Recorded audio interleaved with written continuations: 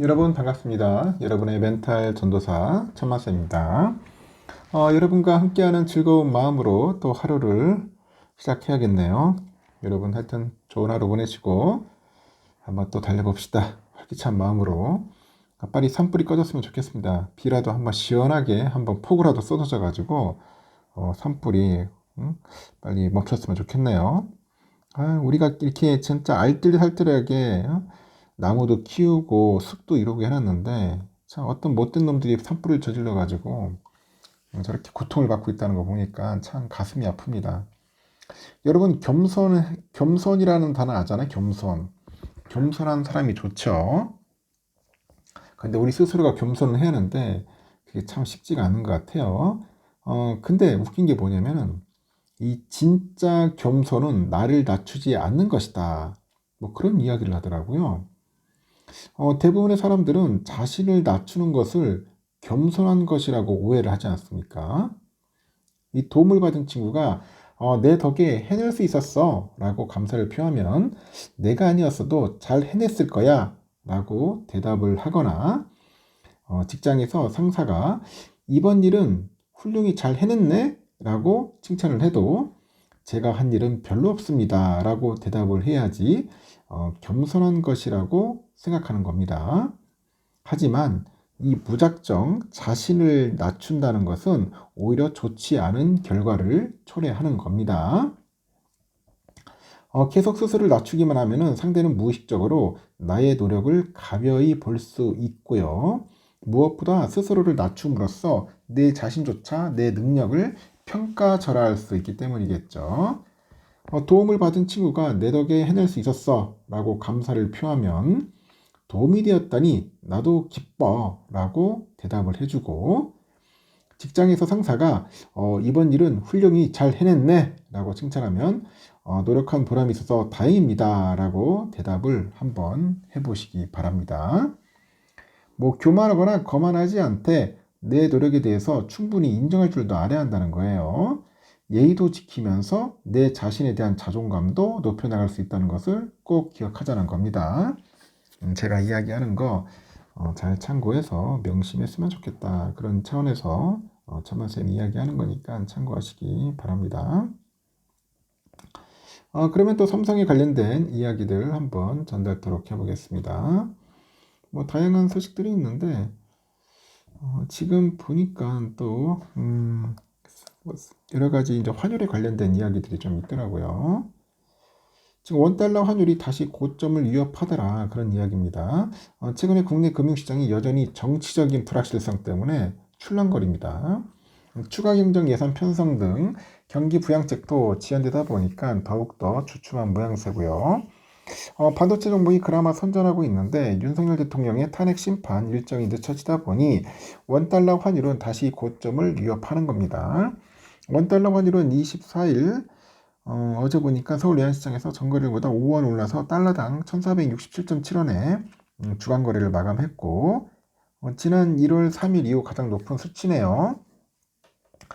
상승세를 보였던 코스피 지수도 전장보다 11.06포인트 내려서 2632.07로 엿새 만에 하락 마감합니다.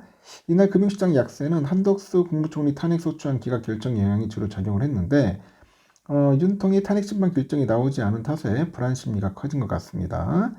특히 원달러 환율은 강달러 현상에 주춤하는 것과 반대로 움직이는데 주요 6개국 통화 대비 달러의 가치를 나타내는 이 달러 인덱스 최근에 103에서 104 정도 이 수준으로 지난 1월 고점 대비 5% 넘게 하락을 했습니다. 그러나 원화는 이달 들어서 달러당 1,450원 밑으로 내려오지 못하고 있고 시장에서는 국내의 그 정치적 불확실성을 이유로 꼽고 있습니다. 국내 정치 리스크가 일부 해소될 거라는 기대감이 시장에 유입이 됐는데 가장 큰 화두인 윤 대통령의 탄핵 심판 일정이 정해지지 않는 등 정치적인 불안감이 아직 남아있다는 거죠. 경기를 부양할 추경도 큰 진척이 없다 보니 경기 펀더멘털 악화 우려가 더욱 커지고 있어요. 다만 지난주 외국인들이 약 2조 원 정도 순매수에 힘입은 삼성전자가 10% 넘게 이제 반등을 하다 보니까 코스피 200 지수가 4.2%나 올라가지고 견조한 흐름을 보였습니다. 하지만 코스피 200 중소형주는 0.23% 하락하는 등 시장 전반으로 온기가 퍼지지는 않고 있더라. 그런 이야기죠. 시장에서는 탄핵 심판 결정 지연 등 정치적 불확실성이 이어질 경우 환율이 계속 상승할 수 있다는 우려가 있어요. 정치 상황에 따라서 원달러 환율 연고점 돌파 가능성도 열어둘 필요가 있다는 겁니다. 이 고환율이 지속될 경우 외국인 유입이 제한이 돼서 증시의 상승세도 제한될 수밖에 없습니다. 코스피 전체 온기가 돌기 위해선 국내 정치적 불확실성 해소와 추경 편성이 필요합니다. 이렇게 원화가 강세를 보이면은 외국인 자금이 꾸준히 유입이 됩니다. 그래서 정치적인 안정과 경기 부양을 위해서 재정 정책이 필요하다고 말하는 거죠. 그 점 참고하셨으면 좋겠네요. 갤럭시 워치에 대한 이야기가 있습니다. 애플이 올 하반기 출시할 애플워치 신제품에 혈압 측정 기능을 탑재할지 소비자들의 관심이 집중이 됩니다. 외신은 블룸버그 통신 마크 거먼의 최신 파워온 뉴스레터를 인용을 했는데 애플이 자사의 웨어러블 기반의 애플워치 시리즈에 대해서 혈압 측정 기능이 수년 내에 탑재될 거라고 봅니다. 다만 뉴스레터에 따르니까 거먼은 차기 애플워치 시리즈의 혈압 모니터링 탑재가 당장 올해에는 불투명할 거라고 보고 있어요.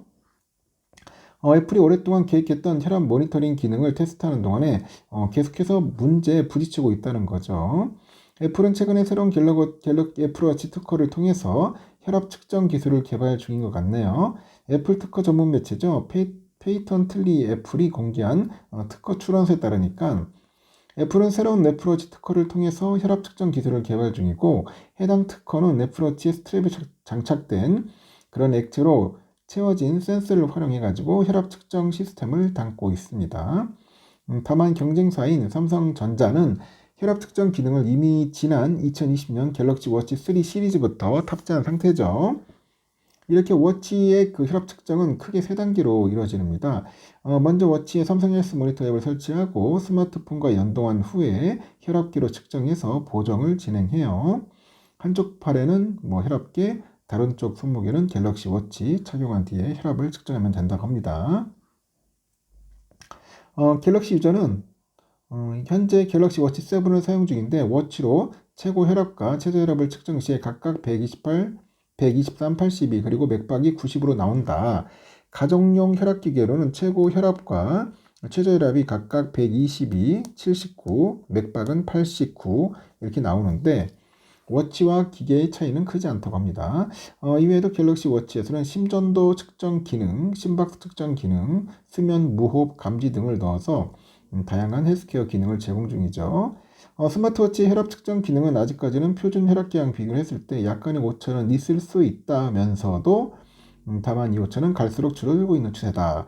아직까지는 스마트워치를 혈압 측정의 보조도구로 사용하는 것이 바람직하지만 정기적인 그런 보정을 통해서 정확도를 높일 수 있다고 하죠. 한편 애플은 오는 9월 애플워치 울트라 3를 포함해서 애플워치 시리즈 11을 출시할 예정이라고 하니까 참고하시면 좋을 것 같습니다. 사라는 건 아니에요. 사라는 거 아니고 여러분들이 참고하십시오. 하여튼 삼성전자가 북미 스마트폰 시장 공략법을 다시 쓰기로 했다고 합니다. 세계 최대 프리미엄폰 시장에서 경쟁력을 되찾아서 글로벌 시장의 공략에도 탄력이 붙는다는 그 판단인 것 같은데 그 사직생의 각오로 판을 바꿔야 한다. 이재용 회장의 주문에 따라서 삼성 각 계열사들이 차차적인 경쟁력 강화 방안 찾기에 들어갔다는 분석이 있고 산업계에 따르니까 삼성전자 미국 사업을 담당하는 북미 총괄은 최근에 스마트폰 마케팅 영업 전략 재정비에 들어갔어요. 북미 시장에서 애플과의 격차를 좁히고 AI폰 1등 자리를 굳힐 마케팅하고 판매 전략을 마련하는 게 목표입니다. 업계에서는 내부 점검 결과에 따라서 사업계획 수정 등 후속 조치가 이어질 거라는 분석이 있습니다. 삼성은 지난해 2월 출시한 세계 최초 인공지능 폰이죠. 갤럭시 S24를 앞세워서 출하량 기준으로 지난해 애플을 누르고 세계 1위 자리를 지켰습니다. 하지만 매출 기준 점유율 15%는 애플이 46%에 크게 밀렸고 그만큼 저가폰 판매량이 많았다는 이야기인데 삼성은 샤오미 등 중국 업체가 치고 들어오는 저가폰보다 수익성이 좋은 이 프리미엄폰 시장에서 영향을 키우는 게 낫다고 판단을 해서 해법 찾기에 나선 거죠. 삼성은 그동안에 프리미엄 시장과 중저가 시장을 모두 겨냥하는 투트랙 전략으로 작년까지 챔피언 타이틀을 지켰는데 앞으로는 쉽지 않을 것으로 판단합니다. 중저가 시장에서는 가성비를 앞세워서 샤오미, 오포, 비보 등 중국 업체에 점점 밀리고 있고요. 이 프리미엄 시장에서는 애플과의 격차가 갈수록 더 벌어지고 있죠. 업계에서도 삼성과 중국 업체 간의 기술 격차가 거의 사라진 반면에 가격차는 여전하다. 그런 점에서 삼성의 영토가 붉게 물드는 건 시간 문제라고 합니다. 삼성이 가야 할 길은 죽으나 사나 프리미엄 시장이라는 평가도 나오는 이유죠. 문제는 미국의 2030 세대를 사로잡는 이 애플 제국을 흔드는 게 말처럼 쉽지 않아요. 애플이 스마트폰의 미래로 불리는 AI폰을 삼성전자보다 훨씬 늦게 냈는데도 시장의 점유율은 요지부동인 것만 봐도 알 수 있다는 거죠. 그리고 실적에도 그대로 반영되고요. 삼성의 모바일 경험 사업부 매출은 지난해 117조 원인데 애플의 5분의 1에 그칩니다. 영업이익차는 17배에 이르고 더구나 삼성의 MX 사업부의 매출과 영업이익은 정체 상태입니다. 매출의 절반가량을 차지하는 미국 법인 매출은 22년 46조 7,400억에서 지난해 40조 6천억 원으로 뒷걸음질 쳤습니다. 그래서 삼성전자는 미국에서 갤럭시 시리즈에 힘이 빠진 이유와 개선 방안을 찾는 데 역량을 집중하는 것으로 알려졌고 이를 위해서 뉴저지 총괄 법인과 텍사스 댈러스 통신 법인 등을 통해서 북미 마케팅하고 영업 전략 등을 들여다보는 것으로 전해진 것 같아요. 지난해 갤럭시 S24 시리즈랑 갤럭시 Z 폴드, 플립 6 시리즈 등 이 프리미엄 제품 판매를 확대하기 위해서 마케팅비를 대폭 늘렸지만 애플의 아승이는 별다른 흠집을 내지 못했다는 겁니다. 그리고 지난해 말에는 미국 공식 온라인 홈페이지 여기하고 주요 판매 사이트에서 20% 30% 이렇게 세일을 했는데 반짝 효과에 그쳤다고 해요.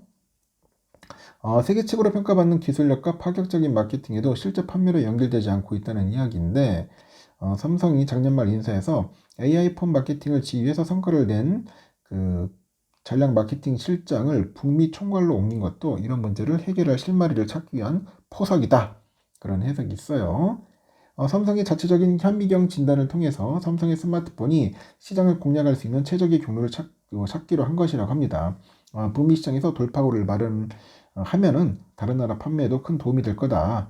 자체 진단이 마무리되면 삼성전자 북미 스마트폰 사업 전략에 상당한 변화가 있을 거다. 이렇게 업계는 내다보고 있다는 거 참고하셨으면 좋겠습니다. 여기까지 하겠습니다. 여러분 좋은 하루 보내시고 또 다음 시간에 뵙도록 하겠습니다.